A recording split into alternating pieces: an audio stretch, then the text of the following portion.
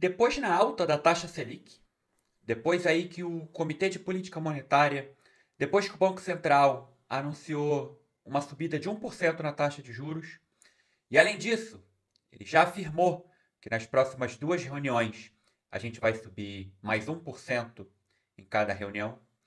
Como é que a gente vai administrar nossa carteira de fundos imobiliários para 2025? No vídeo de hoje, eu vou comentar aqui sobre três fundos imobiliários que, na minha visão, fazem sentido pensando numa carteira diversificada, olhando um horizonte mais difícil, olhando um horizonte onde teremos juros altos por mais tempo. E a gente sabe que isso é muito prejudicial para ativos de renda variável. Dificilmente nós vamos ter um ano positivo. A gente vai continuar tendo desafios. Não tem nenhum gatilho clássico para fundos imobiliários se valorizarem muito fortemente no próximo ano. A incerteza continua, o pacote fiscal é uma grande incógnita, o governo continua arrecadando cada vez mais e gastando cada vez mais. É nesse horizonte de imprevisibilidade, de desafios, é onde surgem as maiores oportunidades. É onde a gente consegue comprar fundo imobiliário muito barato, é onde a gente consegue aí, de fato, alavancar lá na frente, se aposentar com alguns anos de antecedência. Pensa que o fundo mais barato que você compra hoje, ele antecipa o seu plano lá na frente, a sua chegada. Você consegue ter mais renda investindo um valor menor. Você consegue comprar a mesma renda hoje pagando cada vez menos, porque o fundo imobiliário está caindo, porque o momento ele é mais desafiador. E sem mais delongas, vou pedir para você curtir o vídeo, se inscrever no canal. Três fundos imobiliários. Se você quer apenas os nomes, eu já adianto. Não precisa nem ficar até o vídeo. A gente vai comentar sobre XPML11, fundo imobiliário do setor de shoppings, TRXF, fundo aí do setor de renda urbana, e o CVBI, fundo imobiliário de recebíveis, fundo imobiliário de papel. Eu te convido a continuar no vídeo, tenho certeza que você vai aprender demais no vídeo de hoje. Eu vou comentar especificamente sobre cada um deles, vou comentar exatamente com base no relatório gerencial, vou fazer uma análise combinada entre relatório gerencial e cenário macroeconômico e vou te explicar porque, na minha opinião, esses três fundos imobiliários eles são boas opções para o ano de 2025. Por óbvio, isso aqui não é recomendação de compra, não é recomendação de investimento. Você deve ter a responsabilidade de escolher seus próprios fundos. O meu objetivo aqui é passar um conhecimento, compartilhar conhecimento da forma mais didática, da forma mais profunda possível. E ainda assim, aqui a gente não tem tempo suficiente para poder entrar no detalhe, passar o conteúdo pensando minimamente nos detalhes. É isso que eu faço no FIS na Prática, curso de fundos imobiliários aí, que a gente já teve mais de 1.000 alunos satisfeitos, que investem melhor, investem com mais segurança. Eu quero alcançar o maior número possível de investidores, por isso que eu entrego o melhor conteúdo aqui, entrego o melhor conteúdo lá no FIS na Prática. Se você quer vir comigo nessa jornada, o link está aqui na descrição. Tenho certeza que vai ser aí um divisor de águas na sua vida como investidor. Primeiro fundo aí no nosso top 3 de fundos imobiliários para 2025, não poderia deixar de fora um fundo imobiliário do setor de shopping center. Shopping center é um setor que eu particularmente gosto muito, tá? Antes de 2020, a gente até costumava dizer que era um setor totalmente imune à crise. Porque a gente pensava, né?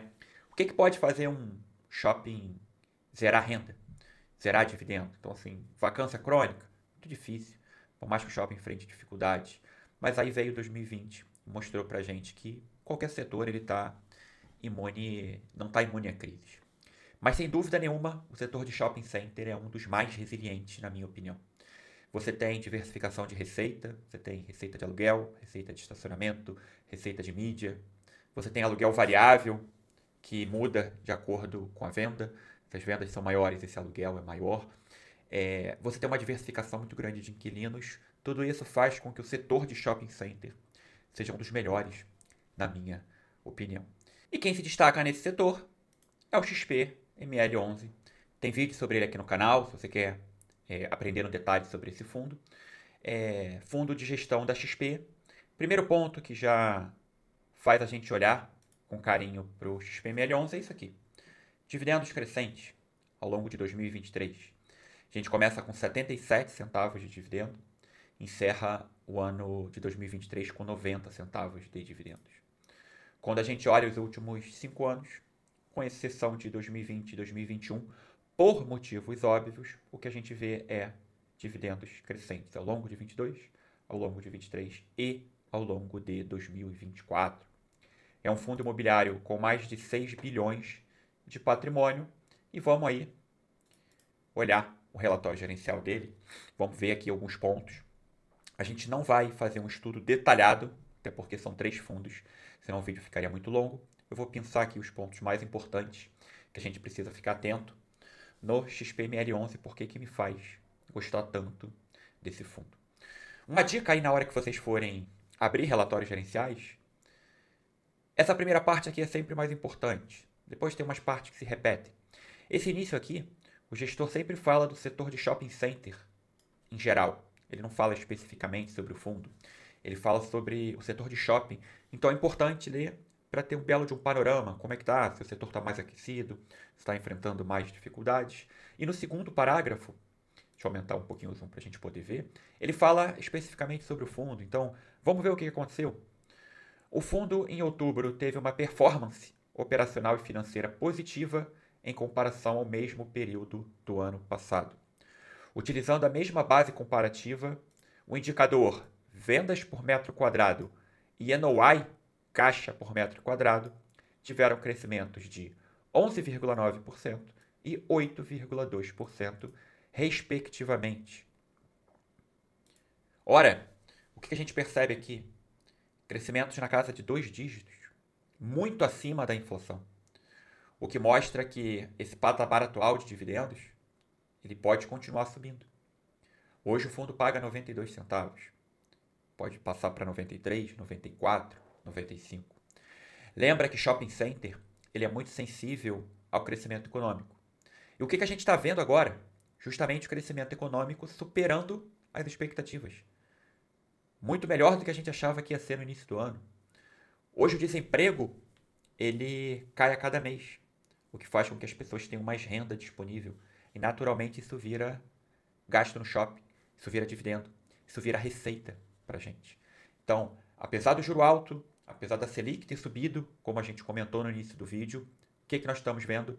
Setor de shoppings muito forte ao longo de 2024 todo. E na minha visão, isso vai perdurar para o ano de 2025. Mesmo juros sendo muito negativo para ativos de renda variável, óbvio também fundo imobiliário, o setor de shopping center ele continua dando sinais da sua resiliência. Quando a gente olha os indicadores, a nossa expectativa é que esse dividendo ele continue subindo. Ao mesmo tempo, a cota continua aí sofrendo, caindo, sem um gatilho clássico de valorização. Na minha visão, essa vai ser a tônica ao longo de 2025. O investidor que conseguir atravessar esse mar aí de turbulento, essa grande turbulência, esse grande desafio, certamente vai colher bons retornos lá na frente, porque está comprando a cota com muito desconto. O XPML11 negocia acima de 10% o desconto sobre o valor patrimonial. Até pouquíssimo tempo atrás, esse fundo negociava com ágio. Eu lembro que quando eu lancei a primeira turma do FIIs na prática, o XPML11 ele negociava com ágio em relação ao valor patrimonial. Tanto que a gente teve aí várias emissões de novas cotas. E hoje a gente consegue aí comprar com muito desconto em relação ao valor patrimonial. 2025 a tônica vai ser parecida. E a gente só consegue fazer isso porque a gente tem taxa de juros subindo. Se ao contrário a gente tivesse taxa Selic caindo, certamente XPML11 não seria negociado abaixo de R$100.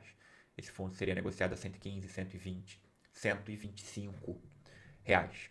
Aliás, esse é um dos módulos do FIIs na prática.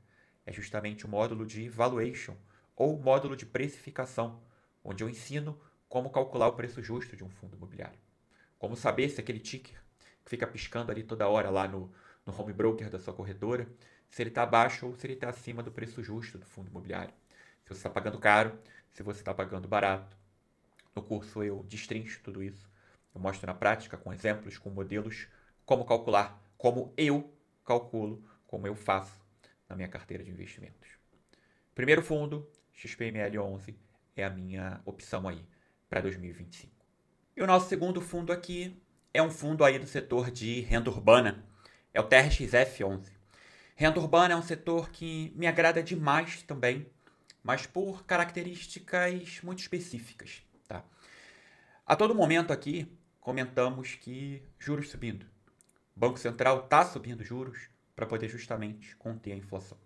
Quando você sobe juros, você dificulta tudo. Dificulta a tomada de empréstimo, dificulta quem vai consumir aí de forma parcelada.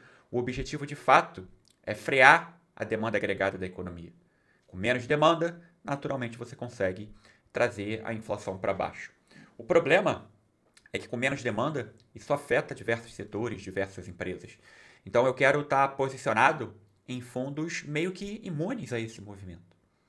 E nada melhor do que o setor de renda urbana. No setor de renda urbana, a gente tem a especificidade de ter contratos do tipo atípico.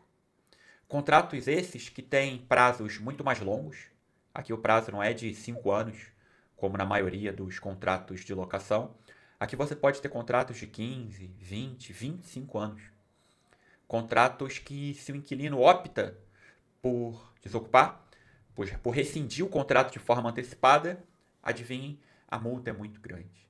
Na maioria dos casos, a multa é exatamente a soma dos aluguéis a vencer. Se a gente tem um contrato que vai vencer, por exemplo, em 2034, que falta 10 anos, se o inquilino informar que quer rescindir antecipadamente agora, ele vai precisar pagar esses 10 anos de contrato ainda. 120 meses. Ou seja, é uma multa muito pesada. Uma multa que supera aí, a depender do imóvel, a casa de 100 milhões de reais tranquilamente. Ora, se a multa é pesada, significa que dificilmente a gente vai ter vacância. Dificilmente esse imóvel vai ficar vago. E o principal, se ele não fica vago, o aluguel dele sobe todo ano. Eu consigo fazer ali a correção da inflação com muita tranquilidade. Vejam isso aqui. Olhem o comportamento do dividendo do TRXF11. O melhor até é olhar aqui nos últimos 5 anos, né, para a gente poder comparar. 2020, difícil comparar por motivos óbvios aí. 2021, percebam como é que o patamar de dividendo sobe no final do ano e ele vai subindo em escadinha, né? Tá vendo? Ó? Fica no patamar, depois ele sobe, mantém o patamar, aí no meio do ano ele sobe, mantém o patamar no ano seguinte, no meio do ano ele sobe o patamar. O que isso significa? Aquelas escadinhas, aqueles patamares, né? Não é uma escadinha. Quando ele sobe o patamar direto, é justamente a correção pela inflação. Lembra quando eu comento aqui no vídeo, olha, o fundo A, B ou C tem um dividend yield de 10% mais a inflação. E vocês sempre me perguntam, puxa Bruno, por que 10% mais a inflação? Porque esses contratos de locação eles são reajustados anualmente pela inflação. Seja o IPCA, seja o IGPM. O dividendo cresce. Bruno, por que no meu fundo de laje corporativa, por exemplo, isso não acontece? Porque você tem vacância lá. Lá é um setor mais difícil. Tanto que aqui a gente não colocou nenhum fundo imobiliário de lajes corporativas. O renda urbana, ele me atrai muito também por conta disso. Você consegue repassar a inflação para os aluguéis. E percebam que a cada final de semestre, né, aqui em julho, aqui em dezembro, o fundo ele ainda paga, digamos assim, um dividendo extra. E o próximo dividendo, aliás, ele vai ser um dividendo extra. O fundo ele já informa que ele vai pagar um dividendo maior. Por quê? Porque aqui a gente tem o que chamamos de gestão ativa. O gestor ele não se limita a comprar os imóveis, firmar os contratos e receber o aluguel. Não. Aqui ele compra e vende imóveis. E quando ele vende um imóvel do fundo com lucro, esse lucro precisa ser repartido com os cotistas. Normalmente ele faz isso ao final de cada semestre. Final do ano agora, o cotista do TRXF, ele vai ter aí que eu brinco, uma espécie de 13º. E quando a gente olha a cotação do fundo nos últimos 30 dias, a gente sai aqui do patamar de R$103 e hoje o fundo está a R$97. Mesmo o gestor informando que o dividendo vai ser maior em dezembro, e a gente viu, com base nos últimos anos, que o dividendo está sendo corrigido pela inflação. Ou seja, a gente tem 12,23% de dividend yield mais a inflação. É exatamente isso que a gente busca quando a gente investe em fundo imobiliário. A gente quer ter uma renda corrigida pela inflação. Fundos de renda urbana entregam isso. E no caso do TRXF, a gente está falando de imóveis alugados basicamente para varejo alimentício, lojas do Atacadão, Açaí, Grupo Mateus, e também lojas que a gente chama ali, né, de bricolagem, produtos para construção, produtos para casa, sobre a bandeira da Leroy Merlin, Obra Maxi. Percebam, setores muito perenes. Caramba, vamos imaginar que o Brasil vá muito mal, que a gente enfrente uma grave crise econômica. O setor de varejo alimentício ele é muito resiliente. Você vai precisar continuar comendo. Você vai precisar consumir alimentos. Não tem como você restringir mesmo no momento de crise. Muitos se falam, Bruno, se o Pão de Açúcar, por exemplo, se o grupo Pão de Açúcar quebrar, enfrentar dificuldades. Turma, normalmente o que a gente vê nesses casos é uma venda, é uma incorporação por outra empresa. E nunca se esqueçam disso. Eu falo isso sempre para os alunos do FIS na prática. A gente não está comprando o inquilino. A gente está comprando o imóvel através do fundo imobiliário. O imóvel está lá. Ele não desaparece porque o inquilino disse que quer sair, que quer rescindir de forma antecipada. Se o imóvel tem qualidade, naturalmente vai ser demandado por um outro inquilino. Se o imóvel já foi testado, se esse imóvel tem demanda, ele vai ser ocupado. Então, óbvio que a vacância é uma preocupação, é óbvio que rescisão de contrato antecipado é uma preocupação, mas quando se tem bons imóveis, isso passa a ser secundário. E no caso do TRXF, a gente tem a proteção dos contratos atípicos. Então, você consegue aí, nos próximos anos, quando a gente olha principalmente para 2025, a expectativa é que o patamar de dividendo continue subindo, assim como foi aí nos últimos 3 anos. Então, o segundo fundo aqui do nosso top 3 para 2025 é o TRXF, fundo do setor de renda urbana. Vamos para o terceiro fundo. Terceiro fundo, que é um fundo imobiliário de recebíveis, é o CVBI, fundo imobiliário de papel. E eu deixei ele por último para poder comentar exatamente como os investidores, por vezes, eles são irracionais. Eles não tomam as melhores decisões. Olhem isso aqui. Esse é o comportamento da cota do CVBI.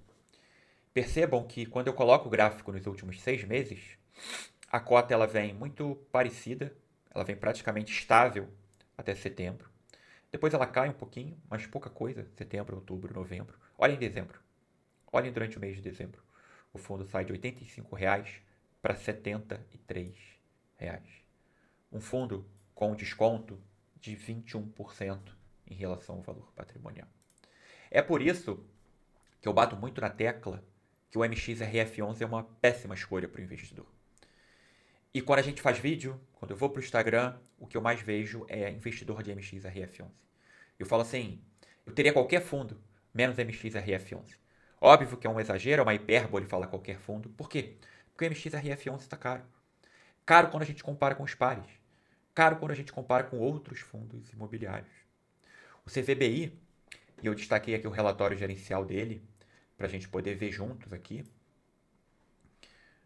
É um fundo agora gerido pela Pátria, né? A Pátria recentemente comprou a VBI. Eu vou avançar e depois eu volto no relatório. Olhem o CVBI, o que ele investe. Ele investe em CRI. Deixa eu aumentar aqui o zoom. 91% desses CRIs eles são atrelados ao IPCA. O restante é atrelado ao CDI. A taxa média é de 8,1%. Vamos pensar aqui. Vamos fazer essa análise, esse pensamento juntos. Ora, no início do vídeo, eu comentei que a gente estava subindo juros. Que o cupom está subindo juros. Por que o Banco Central sobe juros? Para conter a inflação. Inflação que não dá sinais de queda, não dá sinais de arrefecimento. Ora, se essa inflação está num patamar elevado, significa que esses CRIs que o CVBI investe, a parte da correção monetária também vai ser maior. Ora, qual é a primeira conclusão? Que o dividendo do CVBI ele vai ser maior nos próximos meses. E como uma parte também está alocada em CDI, como o juro está subindo, consequentemente o CDI está subindo. Ora, percebam como a subida de juros ela não impacta da mesma forma fundos imobiliários de tijolo e fundos imobiliários de recebíveis. Os fundos de recebíveis, eles podem, inclusive, se beneficiarem da subida de juros. E quando a gente olha o CVBI, o gestor ele coloca, até aqui em relatório, uma tabela de sensibilidade. Nessa tabela de sensibilidade, olhem isso aqui. O menor patamar que ele coloca seria R$ 79,80. Se você comprasse o fundo por R$ 79,80, você teria um retorno já descontado taxa de administração do fundo de IPCA mais 9,8. E pasmem, o fundo é negociado por R$ 73. Ele caiu tanto que o gestor nem previu isso. A gente tem uma estimativa.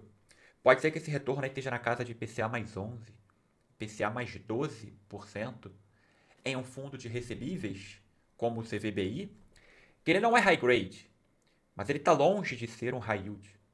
Ele está ali, um risco mediano. Tem um pouquinho de multipropriedade, tem um pouquinho de CRI de loteamento, que são setores com um pouco mais de risco. Mas é um fundo que, de novo, negocia hoje com um PVP de 0,79. Por que isso acontece?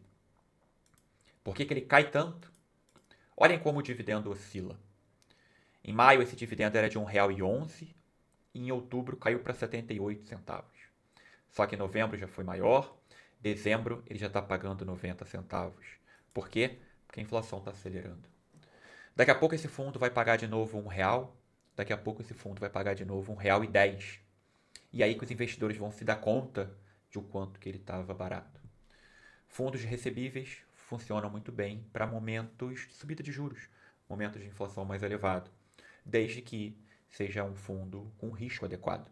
Não seja nenhum high yield, como é o caso ali de o RPR11, por exemplo, que é um high yield clássico. Você precisa analisar a relação risco-retorno.